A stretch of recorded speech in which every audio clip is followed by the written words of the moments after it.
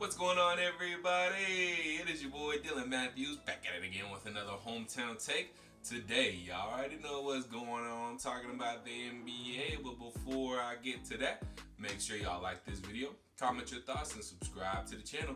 Still on the road to 1,000 subs, and I still got a little ways to go. I think the count is now 223 subs. I think I'm at 777 subscribers, so I need 223 more before monetization. And we all know I'm trying to get these money.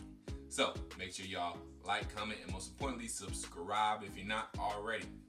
Today, I hate to be talking about this, but the conversation needs to be had, guys. I don't necessarily want to be having this conversation. I wish we could be having a different conversation, but the conversation needs to be had, especially since we don't have Atlanta Hawks basketball today because the game got postponed because the Phoenix Suns got some contact tracing mess with, I forget what team it was that had complications, and they just played the Suns and this, that, and the third. But anyways, game's postponed, most because the Suns got into this. They were playing a team that had some problems with COVID. Anywho, since we don't have any Atlanta Hawks basketball today, I'm giving y'all a good old trade rumor.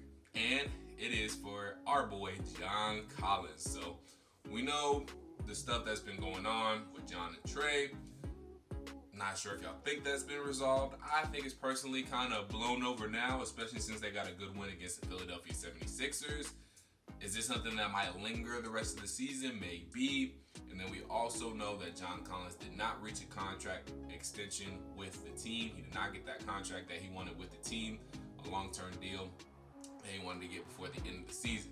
We all know he wanted something close to the max, and reports have been that we tried to sign him to like a 4-year, $90 million deal or something like that, something of those sorts. I know the number was like $90 million. That's what the reports say, supposedly. So, and he didn't want that. He rejected that. So, yeah, that's kind of a steep number to turn down. So, I don't know what else he would really want from us, but we'll see. We'll cross that bridge when it gets here. But this all leaves the door open for a possible trade for John Collins. And in this video, I really want to give y'all some trade scenarios for John Collins and what is out there. So let's get into the one that I think personally would probably be the best. Now, to be honest, I haven't really seen anything that is super, oh yeah, we should do this. If we're not going to sign John Collins long term, this would be perfect. Like, this is a great plan B. Haven't really seen that. And that's because I feel like John Collins, while I'm not sure he's a max player, he's still a really good player. And there's nobody, I mean, there are people out there like him, but they already locked up and their team not letting them go nowhere. And we should probably do the same for John Collins. I would think we should sign him by now, even if we do overpay just a smidge. Now, am I saying give him the max? Not necessarily, but I do think we should try and give him a little bit more than maybe what he's worth, just a little bit. So we'll see. Again, we'll cross that bridge when it gets here. But a good trade scenario, if the Hawks do not see a long-term future with John Collins, I definitely think Travis Schlenk is a smart man. We trust the Schlenk around here when we drew the Atlanta. But I do think he's a smart guy, and I do think that he wouldn't let John Collins walk for nothing. Okay? So I do think if the Atlanta Hawks and Travis Schlenk see that the John Collins thing is not going to work out, then I think they would get something back for him via a trade. So one trade I think will probably work out pretty well is if the Hawks trade with the Boston Celtics, and we do know Danny Ainge is about that trade life. If he's not about anything else, he's about that trade life. Danny Ainge, a very aggressive GM, very good GM as well. So the trade scenario would be the Hawks could get Marcus Smart. Obviously know a good 3-and-D guy who's really come on offensively. He's shooting great from the three. Really a big part of the Celtics run last season, their last playoff run last season, making it to the Eastern Conference Finals before they ran into the Miami Heat. Grant Williams, a good, pretty young power forward.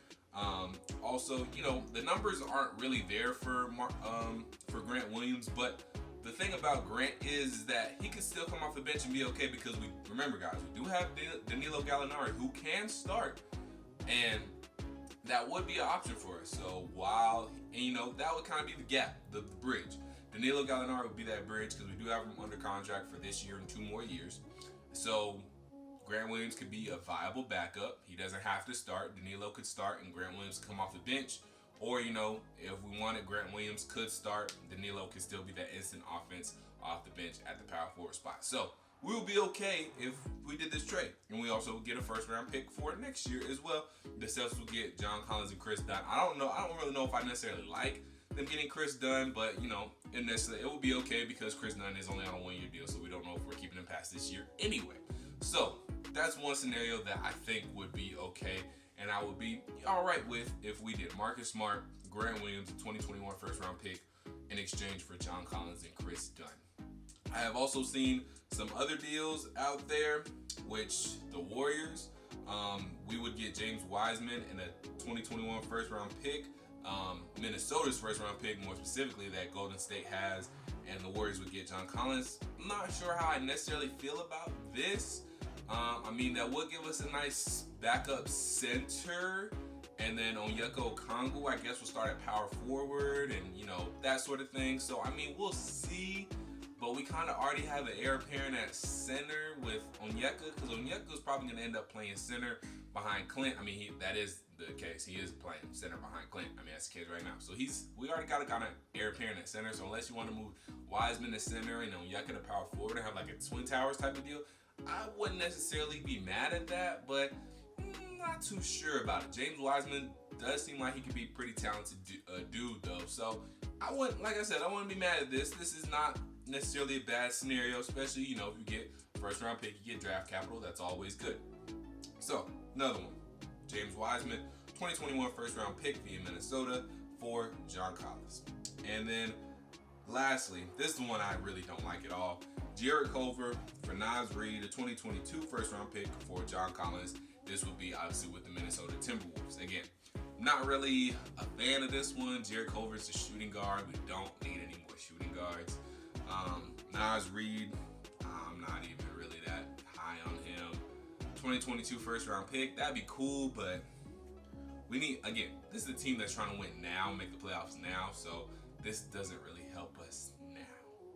It doesn't. So, not sure about this, not sure I want to do it. I guess it would add some more defense on the wing, but we got that in Chris Dunn when he does get back and get healthy, so, and by this time the trade deadline comes around, Chris Dunn probably will be back. So, not sure how I feel about this one. Like I said, if I had to put them in order out of the three I just gave you, the Celtics one, where we would get Marcus Smart, Grant Williams, and a 2021 first round pick in exchange for John Collins and Chris Dunn. That's probably number one. Number two would be Golden State, where we get James Wiseman and a 2021 first round pick via Minnesota for John Collins. That would be number two. And then this one will be number three, where we would get Jarrett Culver, Naz Reid, and the 2022 first round pick in exchange for John Collins. That's number three. So let me know what you guys think. Let me know if there are any other trade rumors or trade scenarios that you see the Hawks making for John Collins. So drop that down in the comments below. But ultimately, guys, I hope we don't have to trade John Collins. I hope we can sign him. I want to keep John Collins. Obviously, the chemistry is there between Trae and John Collins. I think they're going to get over, if they're not already over, that little, calling out film session thing that went on. Hopefully, we can just keep it pushing and keep it pushing to the playoffs. That's what I really want to happen. I would like to see John Collins sign long term and just keep this young core all together. Now, I don't think we'll be able to keep everybody, but I do want to keep John Collins. So that's my take on it. Let me know what you guys think. Again, let me know if you want to see John Collins sign long term. Like I said, we might have to overpay him, but I don't know if we should give him the max necessarily. I haven't seen that yet, but he has had some great games already. So let me know what you guys think. Make sure you like this video, comment your thoughts, subscribe to the channel, and until I talk to y'all next time, peace.